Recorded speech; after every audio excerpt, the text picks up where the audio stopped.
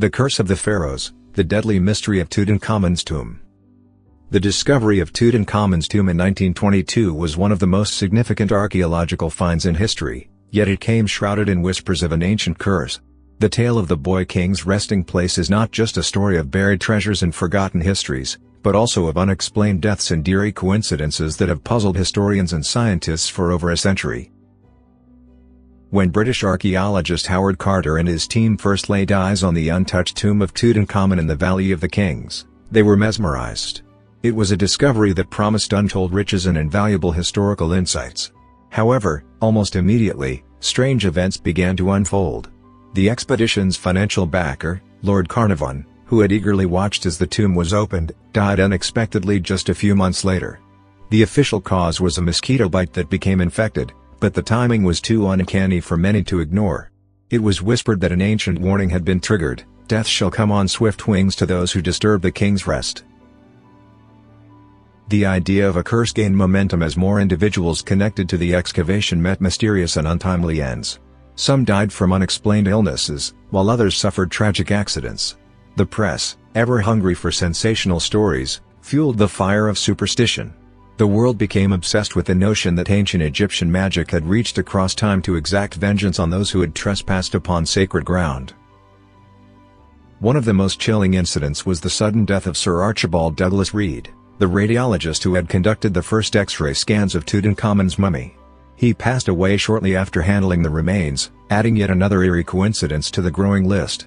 Even Carter's own pet canary was allegedly killed by a cobra, the very creature associated with the protection of pharaohs in Egyptian mythology. The mystery deepened when several members of the excavation team, as well as those who had simply visited the tomb, began experiencing misfortunes. Arthur Mace, one of Carter's closest colleagues, died suddenly from a mysterious illness. Richard Bethel, Carter's personal secretary, was found dead in his home under suspicious circumstances.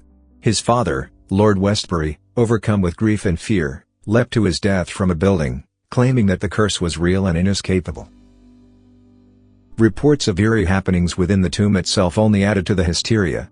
Shadows flickered against the stone walls, strange whispers echoed through the corridors, and inexplicable cold spots chilled even the most skeptical archaeologists.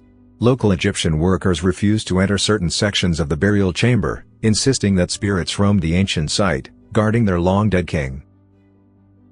Skeptics, however, argue that the so-called curse was nothing more than a series of unfortunate events amplified by media sensationalism. Scientists and medical experts suggest that exposure to ancient bacteria and mold within the sealed tomb could have contributed to respiratory illnesses among those who entered. They also point out that Howard Carter himself lived for over a decade after the discovery, seemingly unaffected by the alleged curse. Yet, inexplicable events continued to fuel belief in the curse. Museums housing artifacts from the tomb reported disturbing occurrences: objects moved on their own, alarms were triggered without cause, and staff members recounted seeing shadowy figures drifting through exhibit halls late at night. One museum curator who handled Tutankhamun's relics died of a heart attack just days later, further feeding the legend. Even in modern times, those who study and handle the artifacts of ancient Egypt claim to experience strange occurrences. The treasures of Tutankhamun, now displayed in museums around the world, continue to captivate audiences, but some visitors report an eerie sensation when standing too close. Some say they feel watched, others experience sudden dizziness, and a few claim to have seen fleeting apparitions near the exhibits. The tomb itself remains an enduring enigma. Tutankhamun, a minor ruler in life, became one of the most famous pharaohs in death. His burial chamber, filled with golden artifacts and sacred texts, provides an unparalleled glimpse into the ancient Egyptian world. Yet, the supposed curse lingers in public consciousness, blurring the lines between history, myth, and the supernatural. Could it be that Tutankhamun's spirit still watches over his tomb, exacting vengeance on those who dare to disturb his eternal slumber? Or is it merely a cautionary tale born out of fear and imagination? The mystery endures, and as long as people continue to explore the wonders of ancient Egypt, the legend of the Pharaoh's curse will remain an unsettling shadow cast over history's greatest discovery. Regardless of whether the curse is real or not, one thing is certain: Tutankhamun's legacy will never fade.